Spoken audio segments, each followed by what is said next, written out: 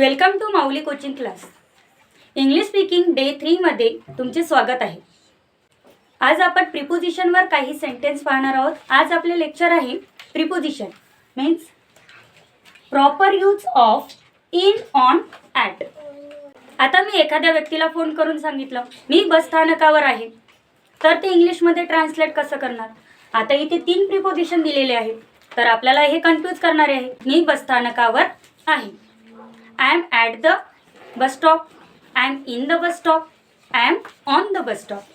या 3 पैकी कुठला प्रिपोजिशन योग्य प्रिपोजिशन आपण या सेंटेन्समध्ये लावायचा ते आता आपण पाहणार आहोत. म्हणजेच proper use of in, on, at हे 3ही प्रिपोजिशन आहेत, पण याचा आपल्याला योग्य सेंटेन्समध्ये यूज करायचा आहे. आता या ठिकाणी मी काही मराठी वाक्य लिहिलेले आहे आणि आपल्याला ते मराठी वाक्य इंग्लिशमध्ये ट्रान्सलेट करायचे आहे. या ठिकाणी सर्वात आधी पहिलं वाक्य आहे मी भारतामध्ये राहते. I live in India. I live at Balaji Nagar in Pune. आपण एखाद्या शहरामध्ये राहत असू व त्या शहरामधलं एक विशिष्ट लोकेशन सांगत असू तेव्हा आपल्याला 2 प्रिपोजिशनचा यूज करायचा असतो. मी पुण्यात बालाजी नगरला राहतो. आय लिव्ह ॲट, पहिले ॲट यूज केलेला आहे, त्यानंतर बालाजी नगर इन पुणे. म्हणजे या पद्धतीने 2 प्रिपोजिशनचा यूज आपण या सेंटेन्समध्ये केला आहे. मी तुलसी अपार्टमेंटमध्ये राहतो. आता या मराठी वाक्याला आपण इंग्लिशमध्ये ट्रान्सलेट करू. I live in Tulsi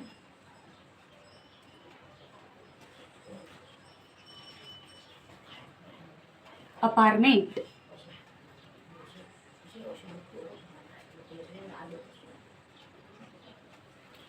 I live in Tulsi apartment. त्यानंतर नेक्स्ट आहे मी आता मुंबईत आहे. आता याच्यामध्ये राहतो असा शब्द आलेला नाही आहे. मी आता मुंबईत आहे. मग आता याचं कसं होणार? I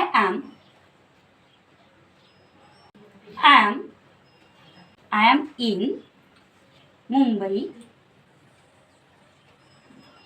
now.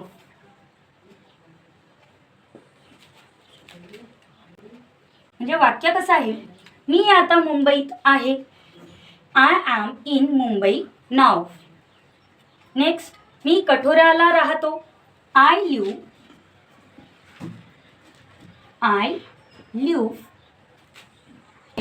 At Kathora.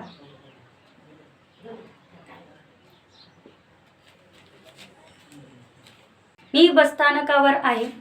I am at the bus stop. I am at the bus stop.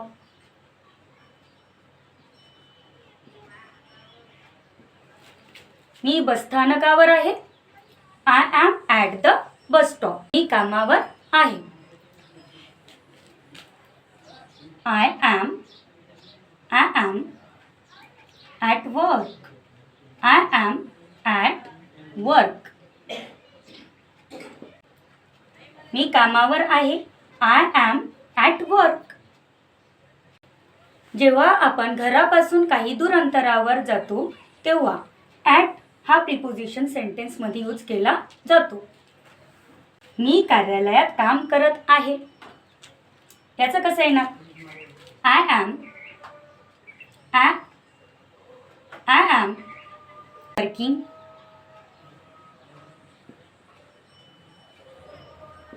in the office.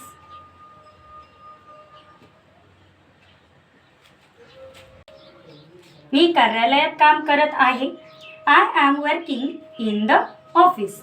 जेव्हा आपण 4 भिंतीच्या आतमध्ये एखादे काम करतो तेव्हा आय एम वर्किंग इन या ठिकाणी इन हा प्रिपोजिशन यूज करावा लागणार. In the office. त्यानंतर आहे मी वर्गात आहे. मी वर्गात आहे. I am in the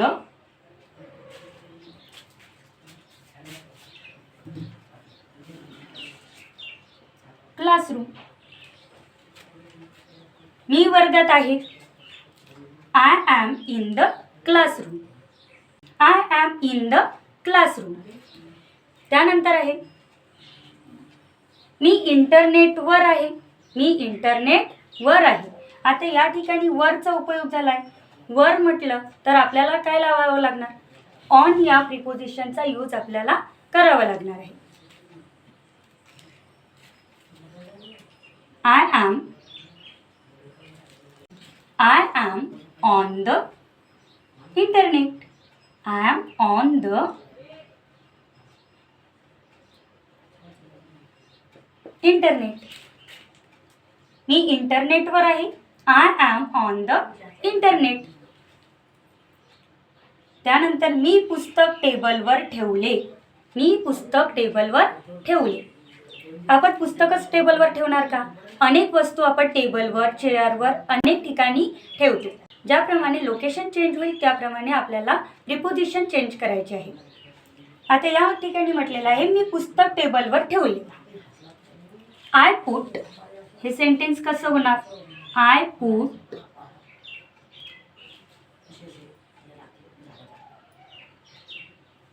the book. I put the book on the table. I put the book on the table.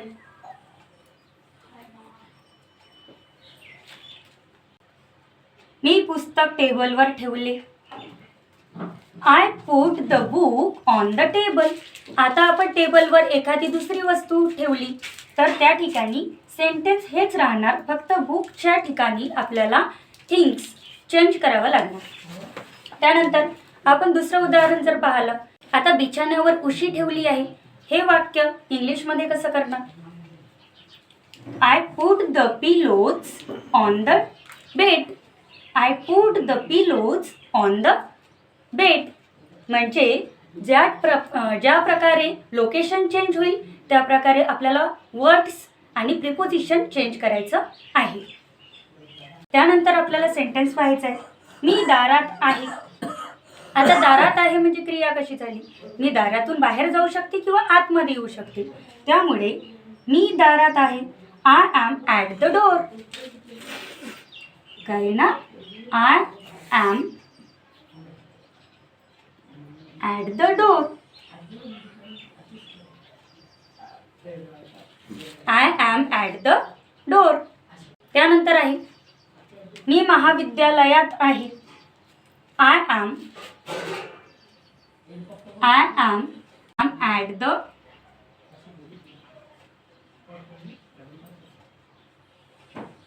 College.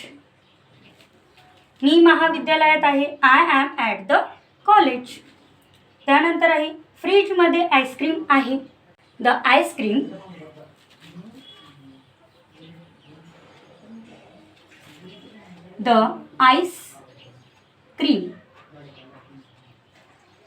The ice cream is in the fridge.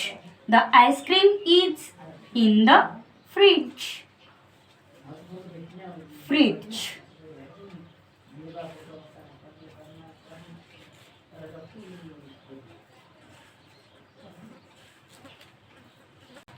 फ्रीजमध्ये ice cream ठेवले आहे. The ice cream is in the fridge. आता फ्रीजमध्ये आपण आईस्क्रीमच ठेवणार का? तर नाही. या ठिकाणी आपण फ्रीजमध्ये व्हेजिटेबल ठेवू शकतो, फ्रूट्स ठेवू शकतो आणि त्या वर्ड्सनुसार आपण हे सेंटेन्स चेंज करू शकतो. या एका सेंटेन्सवरून आपण अनेक सेंटेन्स करू शकतो. मी रस्त्यावर आहे. मी रस्त्यावर आहे. आता या वाक्यामध्ये परत वर हा शब्द आला. वर हा शब्द लागलेला आहे. वर असेल तर कोणता प्रिपोजिशन घ्यावं लागणार आपल्याला? ऑन. मी रस्त्यावर आहे. I am on the road. I am on the road.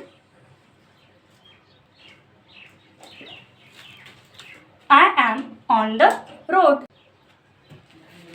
आता त्यानंतरचं सेंटेन्स आहे, मी टपाल कार्यालयात आहे. मी टपाल कार्यालयात आहे. हे इंग्लिशमध्ये कसं करणार? I am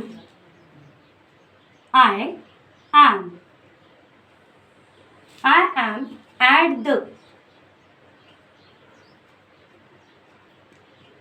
I am at the टपाल कार्यालय means post office.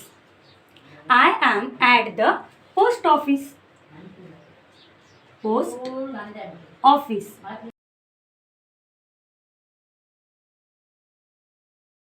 मी टपाल कार्यालयात आहे. I am at the post office. जेव्हा आपण घरापासून दूर जातो, दूर अंतरावर जातो, त्या ठिकाणी ॲट हा प्रिपोजिशनचा यूज केला जातो. त्यानंतर आहे, मी विमानतळावर आहे. I am at the airport. Full stop. मी विमानतळावर आहे. I am at the airport. त्यानंतर आहे, मी बाजारात आहे.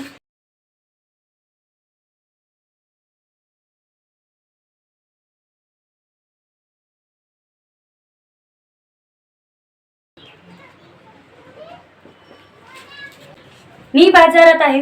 I am at the market. I am at the market. किंवा बाजाराच्या ठिकाणी न राहता वेगळ्या लोकेशनवर जरी तुम्ही असेल, घरापासून दूर अंतरावर असेल, तेव्हा तुम्ही I am at the office. I am at the market. मी शाळेत आहे. I am at the school. याप्रमाणे तुम्ही यूज करू शकता. त्यानंतर आहे, मी आता बाजारात खरेदी करत आहे. I am shopping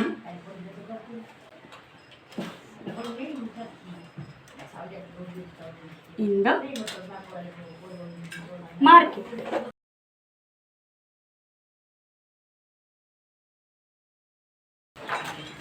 मी आता बाजारात खरेदी करत आहे. I am shopping in the market. त्यानंतर आहे, मी किराणा दुकानात आहे. I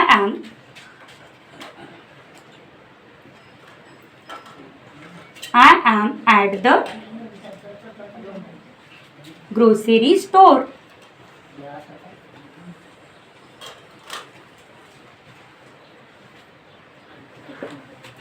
मी किराणा दुकानात आहे. I am at the grocery store. किंवा मी दवाखान्यात आहे.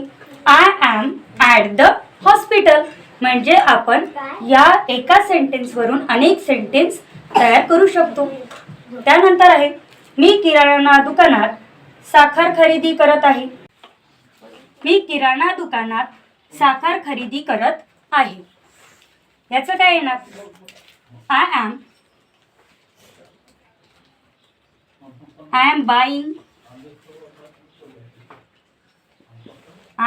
Buying sugar. I am buying sugar in the grocery store.